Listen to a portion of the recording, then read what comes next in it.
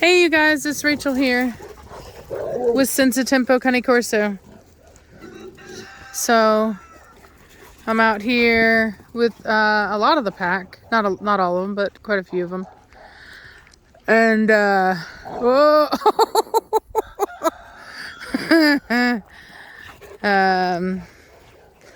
Velocity about made a fool of herself right there. So I am using my new wireless device. We'll see how it does. My new wireless headphone, ear speaker phone jack thing, whatever. So I wanted to talk about something that happened today. I got a call from a lady today, and it reminded me of something that I've been wanting to talk about because I had a call from another woman a different day. And this isn't really an issue that pertains that I've had happen with my dogs, but and I think it's, mostly because I take the time to interview people. But on top of that, I have a wider customer base, so I can be more selective.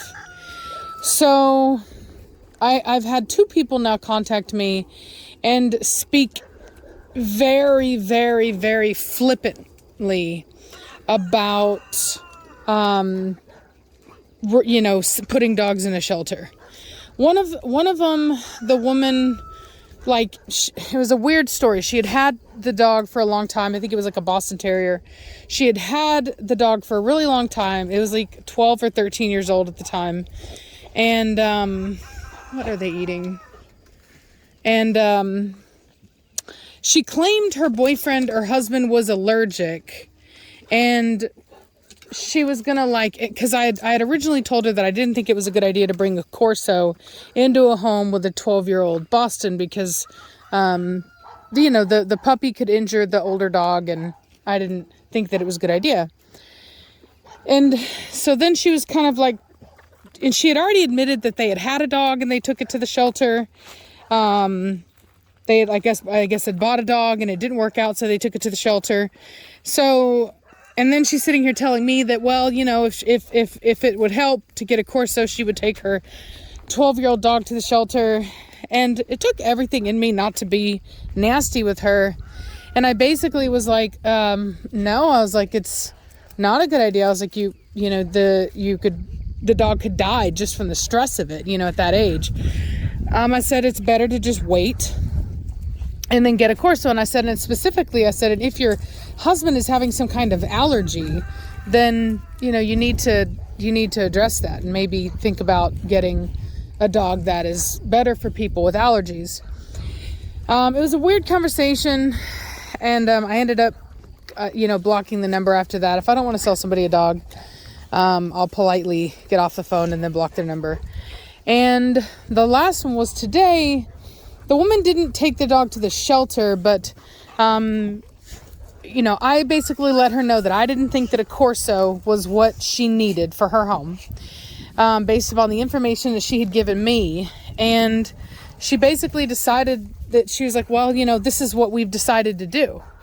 And it's like, okay, well, that's awesome that, that, you know what I mean? That you've decided to do it. It's really not awesome or whatever, but you know what I mean? It's like, and it was hard for me to not get really, cause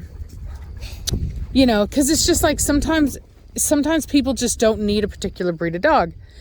And, a lot of times when I tell people, they'll ask me for a recommendation for a breed or something or whatever. And this lady got on the phone, with such a sweet, timid voice that I almost thought she was a kid, and then is ending the conversation being, I'm not going to say nasty, but, definitely, not the same person. And I told her, I was just kind of like, well, I was like, the shelter is full of, of dogs that, people probably shouldn't have had and bought anyway. So I said, I'm not, I know that you can get a different dog or whatever. And I was like, it is what it is. I said, I'm sure there is somebody that will sell you a Corso. I said, but I'm just letting you know that I don't think that it's a good idea. And I said, and that's all that I can do as a breeder is let you know when I don't think, hey, Mazikeen, when I don't think that something is a good idea.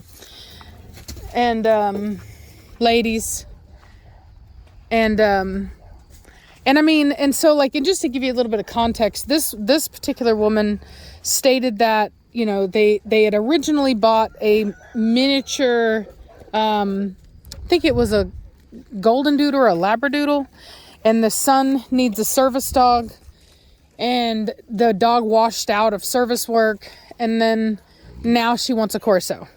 And for me, that's just like, what? Like, how do you go from a miniature labradoodle, golden doodle, to a Corso? And when I asked her to describe the things that she was looking for in the dog, she didn't describe anything. She basically wanted a calm dog. And it's like, okay, well, that's not, a lot of dogs can be calm. It doesn't make them a Corso.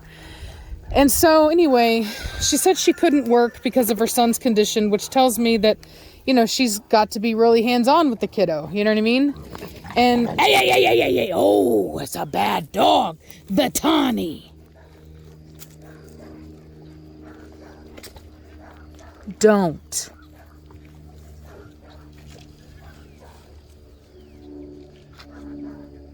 That was bad.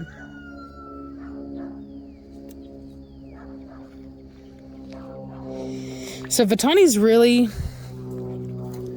been acting strange lately. I think she might finally be going into heat.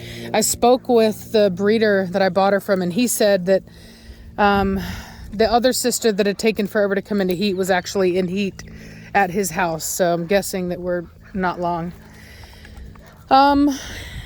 Anyway, so like I said, I made a personal judgment call. I didn't think that it was a good idea.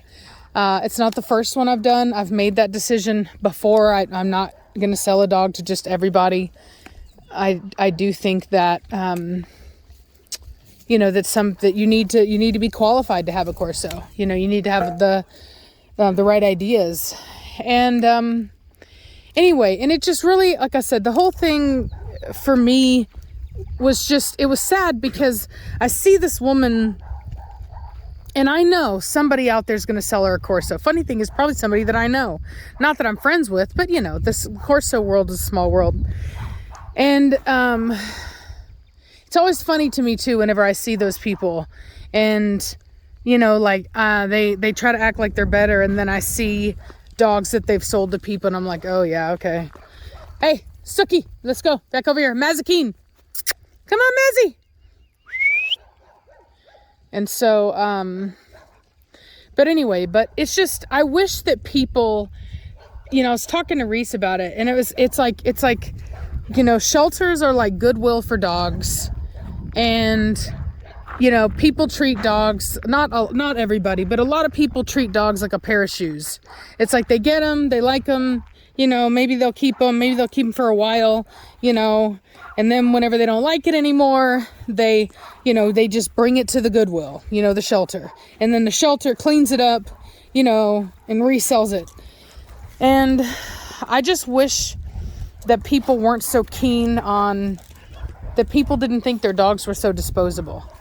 It doesn't, it doesn't bother me when somebody takes the time to find a loving home for their dog, but to just be so flippant to do the shelter thing for me is, to me, it's just wrong. Dogs don't worry too much about rehoming so long as it's done, like it's not so traumatic, right? So when you take a dog and you give it to a person or you sell it to a person and it stays with that one home, it's like, yeah, they have that moment of uneasiness, but they get over it. But it's totally different than taking your dog to a shelter. You know what I mean? It's just a different situation. And to me, it seems that there's these people that just don't see it that way, or they don't care.